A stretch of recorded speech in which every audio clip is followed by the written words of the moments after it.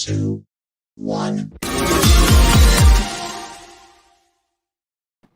Welcome everyone, welcome to Play to Earn Weekly episode number 10 already. Welcome. We are live, and today Bruno is not with me because, well, you've seen the market, you see what it looks like. So I had to send Bruno back to McDonald's flipping burgers. But this week I got some awesome co-host. I got my buddy Phil here. Welcome, Phil. How are you doing? Hello, hi. Doing pretty well. Yeah, so Phil is a Play to Earn legend. He's being a content contributor for us for over a year now, and he's you're the wax hero or Splinterland's boss. So yeah, I've that's been great. involved with Wax for a long time. Yeah, you're deep in Since there. the early days. And we got another guest today, Mr. Stache. Welcome, Mr. Stache. How are you doing? Yo, what's going on, guys? Thanks for having me on. Hey, welcome. Yeah, thanks for coming. Thanks for joining. Sorry for the little bit of delay. I take full responsibility for that. No worries, man. You know, we're here. We're rocking it. You're rocking it, but yeah, it's a bit early morning for me. So usually, it's the other way around. But where I live, early morning, so full on coffee. More that espresso. Yes, Cheers. This espresso machine is saving my life.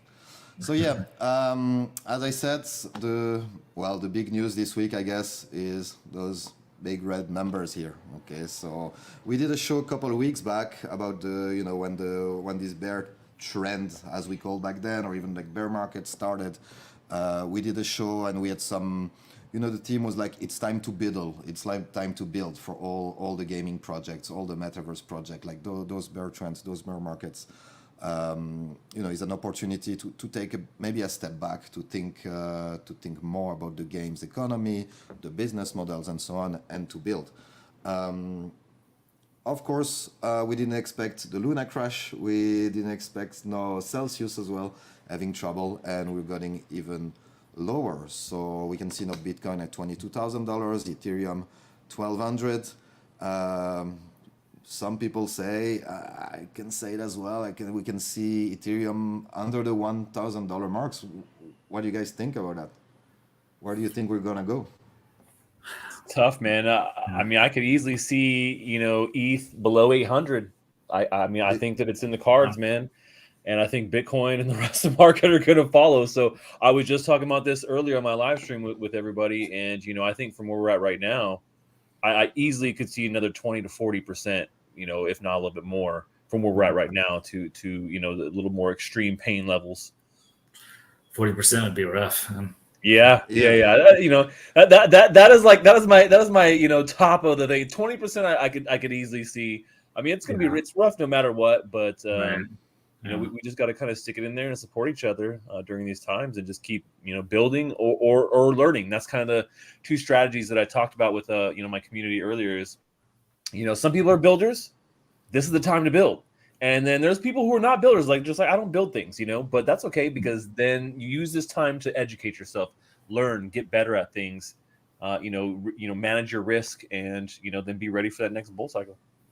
Yeah, definitely. Learn or even grind. It's time to farm those tokens to build connections in Discords or Twitter and do these things. So yeah, and well, it's funny. I was talking about it with Phil earlier on my girlfriend. She's not into gaming so much, but she has a phone. She's quite good with that. And we went away for the weekend, and she's shorting Ethereum basically. So she's making money at the moment. But definitely we can see this going lower. So guys, be extremely careful out there. Of course, DCAing if you're investing could be a strategy, but be careful. Don't expect giant pumps or giant gains just trading token at the moment.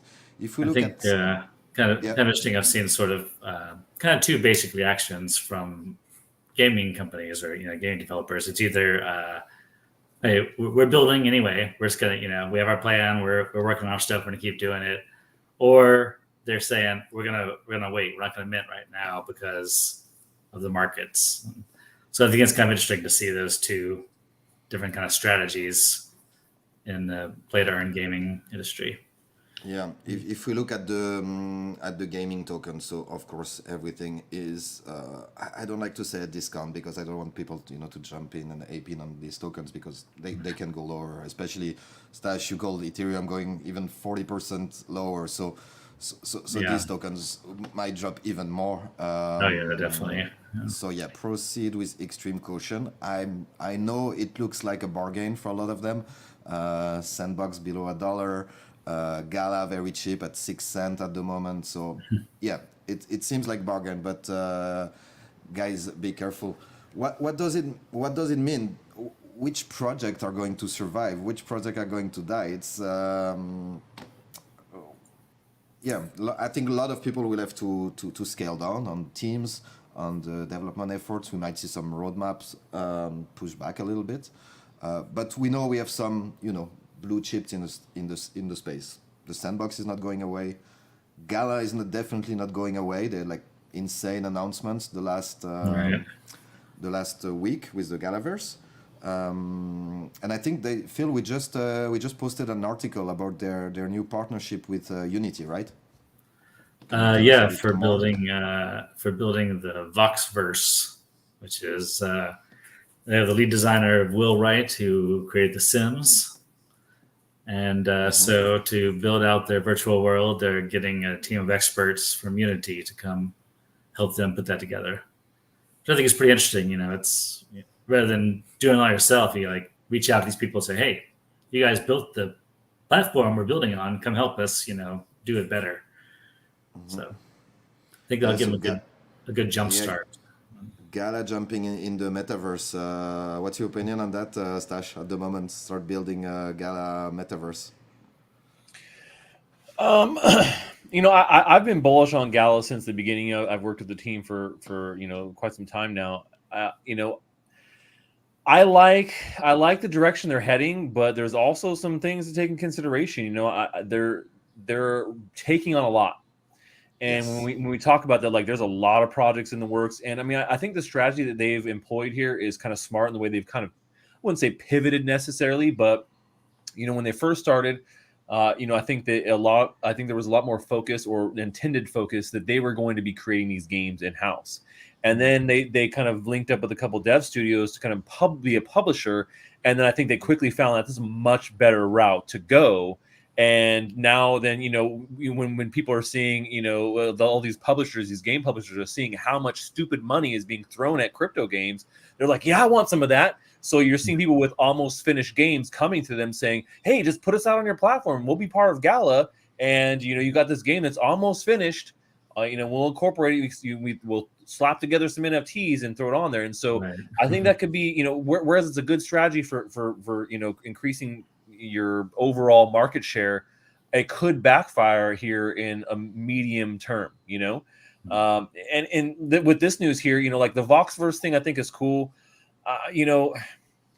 I like to see things that are compatible, and the problem with Gala right now is that doing a bunch of building on their current ecosystem Yes, where it's they it's, don't. it's getting a closed ecosystem. Even if it's growing, Well, it's right, kind of a and I gated. mean, well, they're still on Ethereum, man. Like they're still sitting on this old dinosaur technology. It's like you need to do something, man. You need to either put Gala chain out or move everything over to Polygon or Immutable, which would be the best option, honestly, in my opinion. But they're not doing anything. And so that kind of scares me. And the more you keep piling on, and it's like all dependent on Ethereum with these crazy high fees, like no one's gonna be playing these games if any of the transactions or anything has to do with Ethereum based fees, man. And that is a huge thing. And so when you talk about a metaverse where the whole thing is you need to get people inside playing. Yes, And yes. if You it's need going to that cost that to get mass. You in, need like that critical player base to get the thing give yeah, some traction. yeah. I mean, everyone's doing a whole metaverse thing, and like I like the Vox characters. I have a Vox actually with the mustache, of course. But Nice. but you know what I'm saying, and I was actually there when they first were talking about Vox. I was like the first preview of it when they announced it. So I was hanging out in the VOXverse when that happened. But I'm confident in Gala, but like I said, I think that maybe they are overreaching a little bit. But with the partnership here with Unity, maybe that's really going to help to offload some of that, and they can do something that's going to be fun and interesting. But they are behind when it comes to the metaverse race, right? with a pixelated, how many like, sandbox style voxel versus can we have? And, when you talk about how many people are interested in this and how many people you really need inside of a metaverse like that to make it successful, is Gala going to be the one?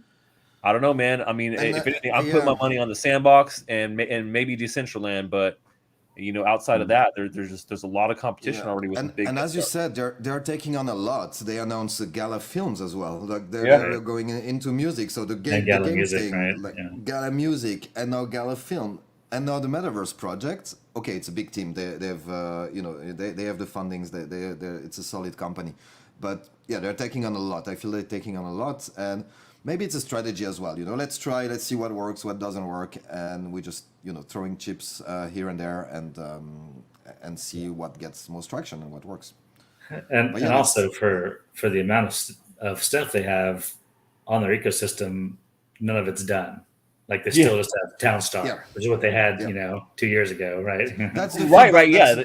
Miranda's still, that's their in-house game that they're, still working on, and there's not, we're getting there kind of, but there's been the playable demos, but yeah, a lot of the other games are not played. Spider Tanks is great though, and actually I played Superior. It's pretty good. Superior is awesome, man. Yeah, I played Superior that is coming last week soon on stream. As well, huh? It's amazing. Yep. It's and so I mean they have some stuff coming, but you're right, like it's just we're not that point where they're really getting things out, and then the Grit announcement was big. But then all the feedback I've seen from people are just like, this game looks like shit, man. And I'm like, well, give it some time. I mean, look at Fortnite Season 1. That game did not look super awesome when it first launched. Now, obviously, that was quite a few years ago, and that was kind of like, what things look like. But I think that, there is room for improvement. I like the concept because I'm a huge, like, Western style, genre fan. Concept. Right, But yeah, I mean, it's still, you said there's still a lot going on that they have on their plate, and hopefully they can pull it all off, man. They're not going to stop dropping the cards because I think there's only so many people out there, and the more projects you do and you're relying on the same community and not that many new people are coming in, especially during a bear market, people are leaving. Yeah. You're not having a bunch of new people come in. So, what's going to happen with these sales? A lot of them haven't been selling out. They're doing sales. And they're just simply not selling them out. The price points of the sales is quite high. So in this time, people are and then the fees. The fees. Yeah, of course. Talking about fees and talking about successful sale, Illuvium ended their land sale, and we can say it's a success given the market conditions. Hell yeah! They sold a lot of land plots. The value sold is over $72 million. So yeah, we can say it's a success, and they did this on Immutable. There was no gas wars. There was no crazy fees because Illuvium is a project a lot of people want to get into already into the ecosystem. So they did it. They did very well. And also all this value is going back to the community. Is going back to the Illuvium DAO. So that's the route they are taking, and what Kieran and all the team is doing is they are listening to the community, and they want to protect the community as well. I've seen this on Discord. They know the markets are rough, even if they have funding and they are building. They don't want to wreck their community, and that's in this time. I think that's a great approach, and to keep this community, as you said, Stache, people are leaving at the moment, so keep the people involved, give them a reward to stay in the field, to stay in. Illuvium land sale. Did you guys get any land plots in Illuvium? No, I didn't. I was actually very put off because their initial starting price for the basic tier 1 land was 2 ETH. I was like, oh my god, I'm not going to shell that out for something that the game isn't even out yet.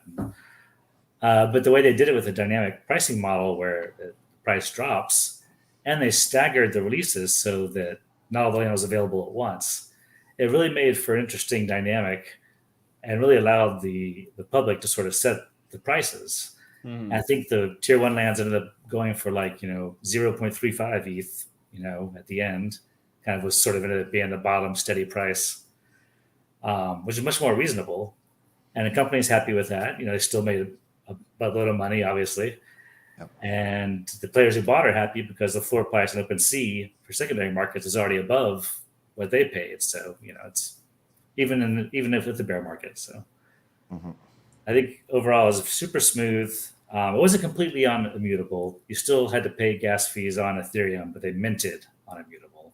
Yeah. But they are trying to move their game onto the layer 2 so that all transactions happen in a gas free. Yeah, and as you said, this dynamic pricing was was good as well to let the community like organically decide for the price and what's the value of land. So yeah, it was a great take. We've seen a couple of projects do that recently, and it seems to have worked really well. So new trend, yeah. Stache, did you get into the Illuvium sale? Yeah, I did. I picked up a tier 3 land, and nice. I was going to pick up a couple tier 1s, but I was like, oh, well, I'll just give them the aftermarket. The price is not that much different from what I saw as the lowest price over the couple days of the sale. So I'll probably pick up maybe a couple tier 1s, but yeah, I love the way that they held this auction. I think it was super smooth. That the interface was great, and a lot of times we see a big sale like this just have massive problems. I've gone through pretty much every major land sale that's ever occurred here in crypto. I mean, I'm not like seriously not lying. Since 2018, seen every major game, looked at it, and there's just been fail after fail after problem after problem after problem. Even with some really big projects with the sandbox, even big projects, ETH-based projects. Well, and not just, but like, what about Ember Sword on Polygon? That everyone's like, Polygon is the best. It's great. It's a layer 2. It's fast. All these things. And then, dude, Ember Sword sale, that land sale, it shut the entire blockchain down. Right. And so it's not just Ethereum, and it happens on a lot of chains. And so to see how well this one went with like what I saw was like zero problems, zero issues. I think everyone was happy. You can't miss that, and you got to give Immutable, like I said, credit where credit's due, as well as Illuvium for really combining together to pull off something that worked really well. Yeah, even like monitoring the community, on Discord, like people usually you always have the complaints and like I didn't go through, it failed, the gas fees are high. People were actually genuinely happy and proud of being part of the project and the community. So hats off to the Illuvium team for this, and a lot of projects can maybe look into what they've been doing, and get some inspiration from them.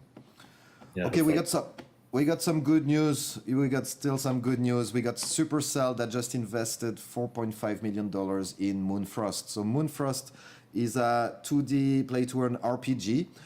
It already has some good backers. It's backed by Animoca Brands and a few other big investors. Serious team, nice project. If you like old school 2D top-down RPG, that's gonna be right up your alley.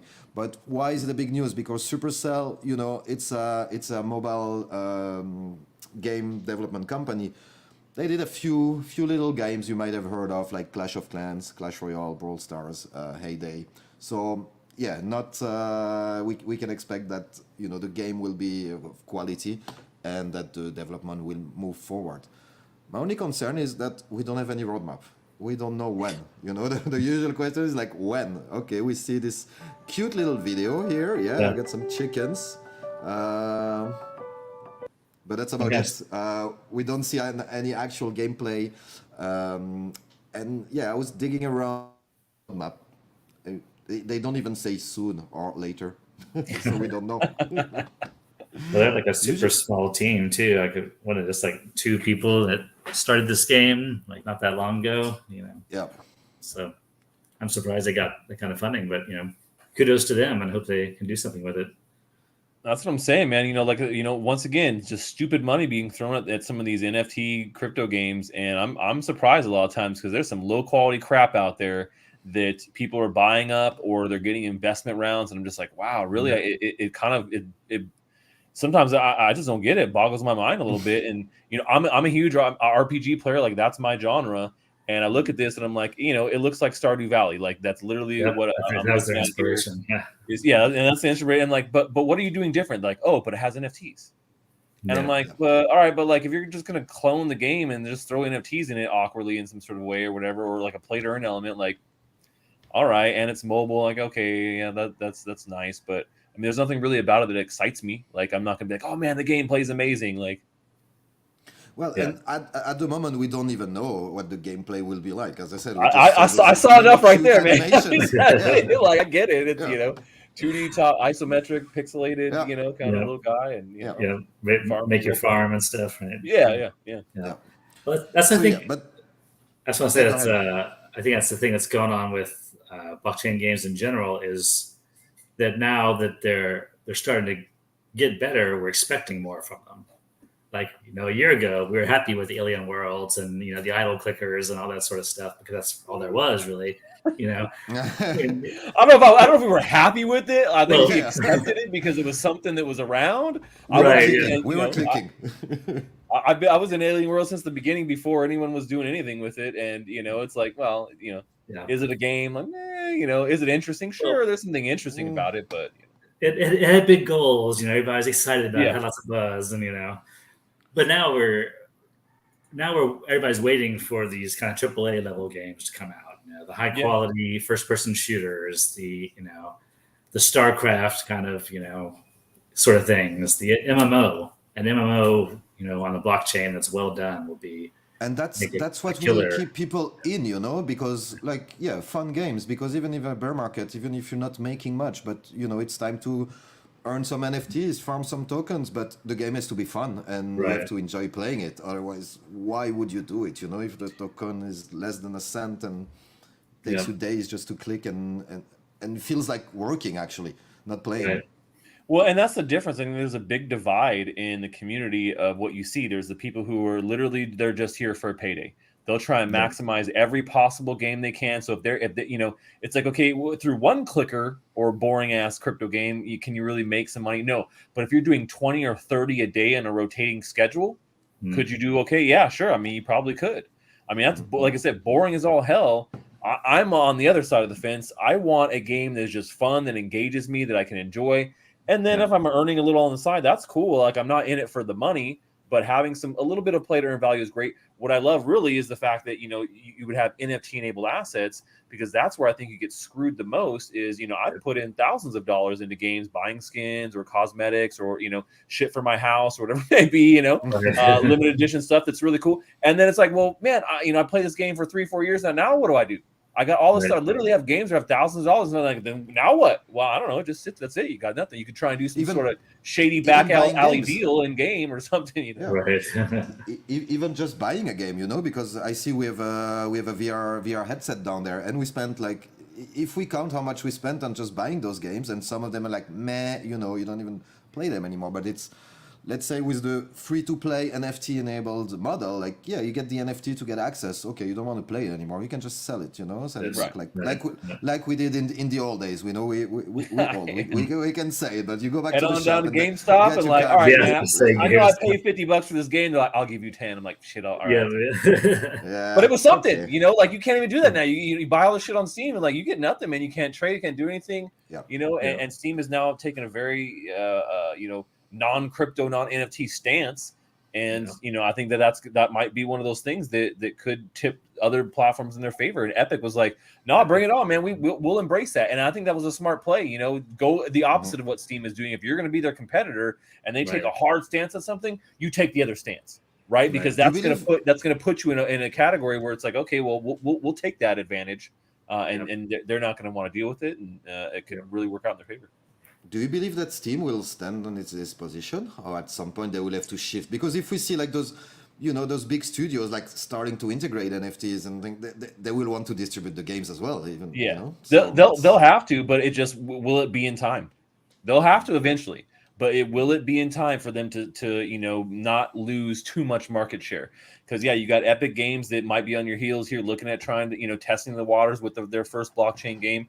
And then you have other platforms like Ultra.io who have a really good head start on doing something like this with that kind of decentralized model.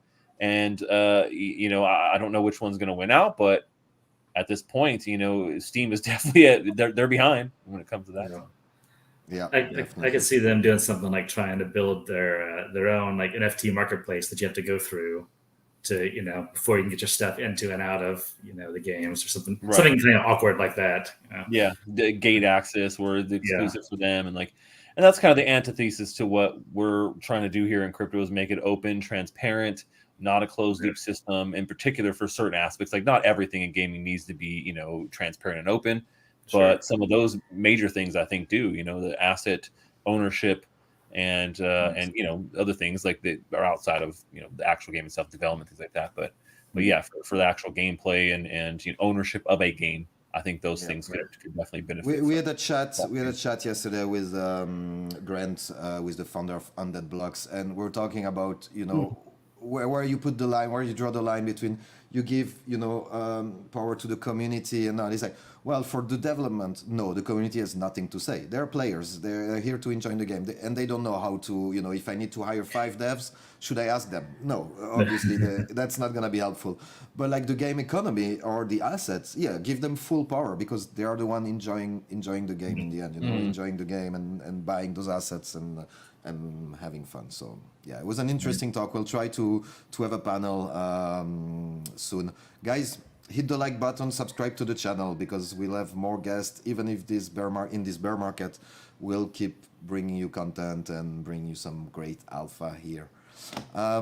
Stache, how about you? Like, what are the news on your side? What are you up to? What are your strategies for this bear cycle? Do you go out on holidays and hide, or you keep playing, keep grinding? What you up to? I'm doing it all, baby. I'm going on holiday. I'm still grinding. I got multiple special projects working on in the background. I'm a hustler, man. That's just how I go. And a lot of people do. They just disappear during the bear market. They're here during the bull. I've seen it multiple cycles now. People jump on, they come out of nowhere. They've never been involved. They see things hyping. They want to take advantage of YouTube and other things to kind of switch their content that direction. And as soon as that bear market hits, man, they're out of here. And it happens all the time on every platform. But I've been here since 2013, and I'm not going anywhere. In general, still doing videos and streams every single day, putting a focus on, the best in crypto gaming and NFTs and all that jazz. But I'm also working on some other projects. So we're completing a revamp of a soft launch for a project I did last October, which is a NFT-enabled system, an NFT-enabled live stream system that allows your users to interact with your live stream using NFTs in real time. So as you're on stream, users can redeem these NFTs to get you to do things or get things to happen that you can, essentially do on stream. So it's a lot of fun. So we kind of pioneered this with my Thursday stream called Secret Agent Stash, where we go on missions. I'm a secret agent, and it's a lot of fun. And so that's going to be coming back here probably the end of this month, beginning of July. As a kind of a proof of concept, and hopefully something other streamers will want to get on board with, using NFTs to drive more interaction for their streams, being able to do a lot of cool stuff. And so that's kind of that example. So that's coming back really soon. Also working on a sandbox game. Been working on that for a couple months now. Also same theme, Secret Agent Stash. So find the stash.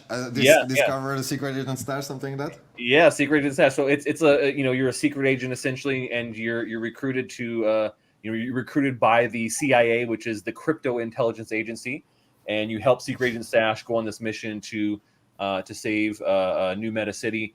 And it's a third person shooter game essentially on Sandbox, and so it combines sneaky and shooting together.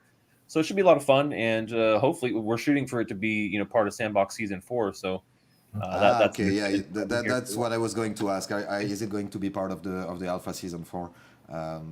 That's great. We see lots more good projects in the Sandbox Game Maker, and we can see that the level is definitely going up there. Guys, check it out. Check out Game Makers. Check out some of the experiences there. There are some really nice stuff. There's a lot of really cool diversity coming too. I do think not to toot my own horn, but I really think that this game is going to be a lot of fun. I think people will really enjoy it, and it'll be one of those cool iterative experiences where kind of the same city map will be used for future missions. So you kind of be able to get familiar with it. Then we'll unlock new areas of the map. It's on a 3x3 estate, so it's a fairly decent size. It's fairly decent size. So there's some good expanse there, and I think it'll be a lot of fun. It has what I call a retro cyberpunk look, which is kind of the meshing of the current cyberpunk look with retro 50s kind of secret agent stuff. So you talk about Secret Agent Man and kind of that kind of that look of that vintage feel. So All right. Oh, nice. You gonna give us some early access to it? Early, yeah. I mean, well, once there's a good enough like game loop and things going, I'm definitely gonna pull some community to jump in and give me some feedback and let me know what they think, so we can make some changes. So all right, we'll keep us in I'm pretty mind. sure. Yeah, I'm pretty sure you'll be the first one to stream and play it on stream. Probably. I've showed the community a couple sneak peeks here and there on the show. One of the things obviously that people are really curious about, because it's a shooter game, they're like, well, but Sandbox doesn't have shooter stuff. I'm like, yeah, that's right. I know, because our team worked a really cool way to make it work. And, it is still a workaround, but I've talked with the Sandbox team, and, here within the next, 10 months or so, they'll have, ranged combat like fleshed out. And so we'll switch over to that new system. But for now, I think it actually is a pretty, decent, workaround that we have. And, I think it could still be a lot of fun. And then, of course, you can sneak too. So that's the cool thing, is like you put on disguises and you can sneak around enemies, or you could try and just take them out and shoot them. So okay, you can strategize and decide the type of agent, CIA agent you are. Yeah, cool. Yeah, Sounds cool. Yeah, we said earlier, guys, it's time to learn. So if we have a young audience watching this video, and have a look at the Sandbox Game Maker and the Vox Edit. It's an amazing tool. I said it before, but if I had this as a kid, I would have been insane. Instead of I was trying to code, in my room, like HTML, JavaScript games. Then Flash came up, so we're playing around with that. But if we had tool. Yeah, we all play them. I even built some. I'm not giving any links out because that's horrible. But if I had the Game Maker back then, okay, maybe I would have spent way more time inside. But it's an incredible tool that the Sandbox team is giving away to the community, and for people to learn to build a game. If they have a great idea, put it into action. Yeah, I agree. Definitely a lot of fun. And people have managed to take their tools, which are actually kind of simple, and do some crazy things with it, like make a shooter, or other kind of weird like dancing games, or jumping swimming through is coming walls. as well. I saw that swimming is coming when you have like a water world. Swimming is coming in the Sandbox. So yeah, a lot of things coming up there. All right. So Phil, what are you playing at the moment? Is there any new project, old projects? What are you grinding? What's on your PC at the I kind of play around with a lot of stuff. I have a lot of like idle clicker stuff, whatever, that I mess around with. As far as actively playing, mostly Splinterlands lately. I'm looking forward to land release, which who knows when that'll be. But kind of a dark horse that I'm interested in seeing if he can pull it off is Nova Rally. Sammy Snake has some interesting stuff with his 3D races, putting AI, like dynamic AI, into the cars and the drivers, and the tracks being dynamically assembled to make every race unique and different. And if you can pull off what he's trying to do, I think it'll be really cool. Yeah, definitely. Stash, what's your grind at the moment, or a new game, or are you going back to some older projects and having a second look at it? Oh my gosh, I play all the damn games, man. Like, on stream, I try and really put a spotlight on as many as I can. And then, I'm playing ones offline too. But, like I was saying earlier, I played Superior. They have some new content out for their kind of like demo version. It's not the full thing, but man, that was a lot of fun, and love the new boss, like having that. So that was pretty cool. I've been playing Big Time, which I think is pretty cool as well. There's some polishing they need to do on that for sure. But otherwise, like I love the aesthetic of the game, and it still feels really good. The different mechanics and some of the stuff that they've been doing there with NFTs is a lot of fun. What else have we been playing? Forge Arena has been pretty cool on Wax. I don't know if you guys are shooter fans, but Forge Arena has been pretty good. They just released their P2E element there, and so I was opening some damn cases the other day. I didn't get one better than uncommon weapon skin and I opened I don't open a lot, but I opened like 15 cases. Like, come on, man, give me a rare, give me an epic something. But like, I got commons and uncommons, and that was it. I was like, all right, I need can I get a stash skin box? I get one of these drop boxes. Maybe I get my own skin. Yeah, maybe I get my own skin with a mustache on it and stuff like that. But so that's that's one of the more fun games. Make it epic. Make it epic. Yeah. Well, the first time. Wait till you have avatar skins, and you put stash get in. Yeah, honestly, if I have, there's multiple games that feature me or my mustache in them that I've kind of talked with over the time that have kind of included something to do, and yeah, it's kind of fun. And that's been a very wax thing. So like quite a few wax projects have incorporated me on things, and then like Engine to some of the communities I've been a part of for a long time. But yeah, in general, like been kind of playing some of those, and they've been a lot of fun. Yeah, cool. We just released a video review of Forge Arena and an article as well detailing the new play to earn features that are released. And what we said as well, it's great to see a game on Wax that's not an idle clicker and that's great quality FPS, because Wax is amazing for trading NFTs, for gaming. Wax is amazing, but every time a new Wax game comes out, it's like, okay, what is it? What's the gameplay like? Is it another NFT staking game? It's stake and click. Are we going to see something else? So it's great to see the Forge Arena coming out, and hopefully a lot more projects to kind of change the image of Wax as well a little bit for players. Because if you try to get into the ecosystem, you try 1 game, 2 games, 3 games, say, okay, it's I'm farming or I'm digging or whatever, Right. change things around, change the name, change the graphics, but if you go Just to change what space it's or you go called, to Odyssey, and so it's great to see some of these projects building on Wax as well. Because, Agreed. Wax is definitely a great. It's been one of my favorites since the beginning, man. I mean, I've been a fan and investor in Wax since the ICO. So I've supported them through, being having their own, marketplace that they kind of essentially bought off and doing the CS:GO thing, and then going through the viral thing. I actually created some of the first NFTs on Wax. They were doing these NFT stickers, and I think I was like in the second batch or first, I think it was either first or second batch of people who had NFTs on the Wax blockchain, and just kind of kept going from there, man. And I like I said, I like their technology, I like what they're doing, but they just have never really gotten any good traction. Even though they brought some big brands to crypto as well. Yeah. But it just, a lot of those were like brand deals, and they weren't, they were more in-house, and it wasn't enough to keep the community going. And that's kind of one of the things I think that just does disappoint me about Wax, is that where they brought in these big brands, a lot of them were through their own brand deals, and then they just, there's nothing. Like, they just do these simple things. They were collectible stuff, but then they don't do anything further. So it's like there's a lot of hype when they drop, and then a couple months later, no one even cares that the NFTs are worthless, and then you have a bunch of people that just like have gone on to the next thing.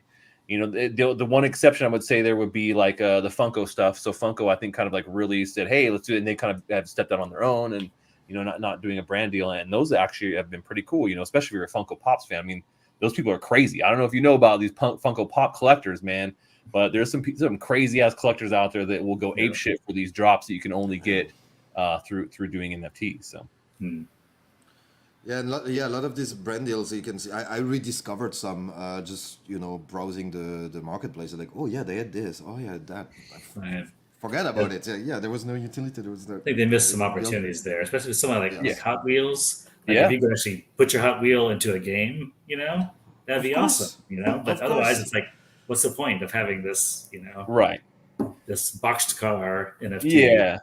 And I think they kind of milked it a little bit too much, and now they're trying to like, okay, well, let's pivot and we'll make our own game. They got blockchain brawlers, but once again, it's kind of like idle click. Exactly. It's an idle clicker. You stick your thing. Like, there's not really like, I want to could I actually have a wrestling game that's an actual interactive game? No. Yes, please, please. Let's fight. Let's brawl for real, for sure. Yes, right. I got one. So full disclosure, it's one of our sponsors, but we curate our sponsors and we select them carefully. And this project totally flying under the radar for a few different reasons, for strategic. But it's, if you like racing game, it's K4 Rally. And what makes K4 Rally a bit different from other projects? Well, is first of all, they have an actual real WRC rally team. Okay, so these guys, they are experts in motorsport, in rally, and in mobile and web game development as well. So they just opened their open beta. It's live, it's free to play, and you can play it straight into your browser.